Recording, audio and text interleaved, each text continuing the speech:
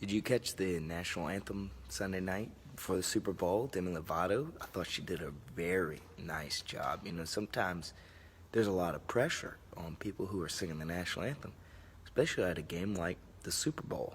But she knocked it out of the park. I'm sorry for the baseball reference. I know we're talking about the Super Bowl here.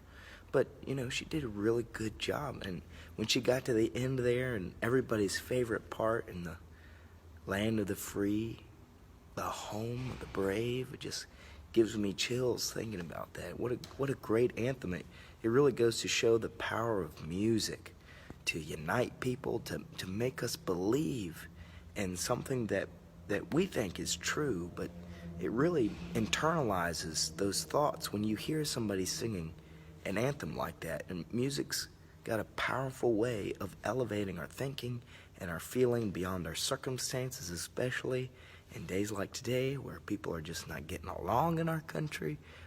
People just seem to be tearing each other apart. And then you hear a song like that and you remember that we all believe in this thing we call freedom. And I dare say we're all really grateful for the folks who fight for that freedom, who step up in bravery. So music's just one of those powerful tools in our lives to help remind us of something that we think is true. And we talked about that on Sunday. When you think about an anthem, for us as a country, it's the national anthem. But, in churches we sing anthems or we sing hymns or praise songs.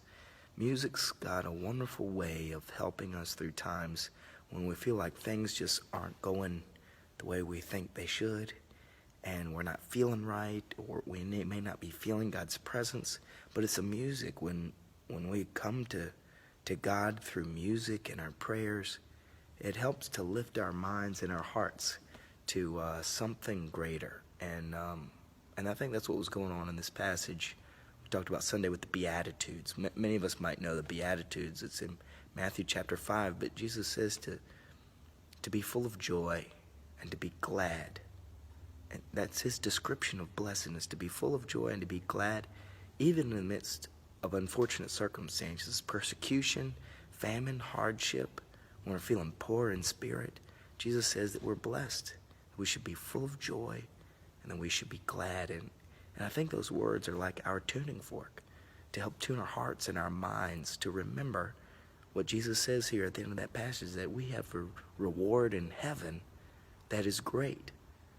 And these words for us, I think, help get us in tune with what we really believe to be true about our lives with God.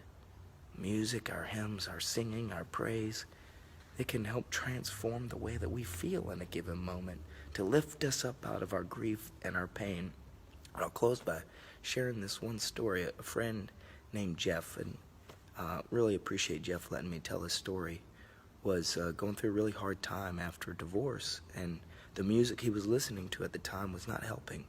And so he told me about the switch that he made to listen to Christian music, and he shared a CD that he made, and I listened to that music. And at first, I didn't really get it, but the more I listened to those words, the more I realized that there was something to this. So it led me to buy my first Christian album in high school sometime, and that brought me into a place where listening to this album, it was a Newsboys album called Devotion, and listening to that album on repeat, and this sort of like what I didn't know at the time was really a posture of prayer. Listening to this music devotionally, I felt the presence of God. I felt the Holy Spirit in every cell of my body. And I think that's what Jesus is talking about, that feeling of God's presence, of feeling full of joy and gladness. Sometimes we get distracted when we need those anthems to remind us what we really believe. And Jesus here is reminding us of our great reward in heaven. So I wonder, what music is playing in the background of your mind right now? Is it hopelessness? Is it despair? Is it sadness? And what song out there is God leading you to?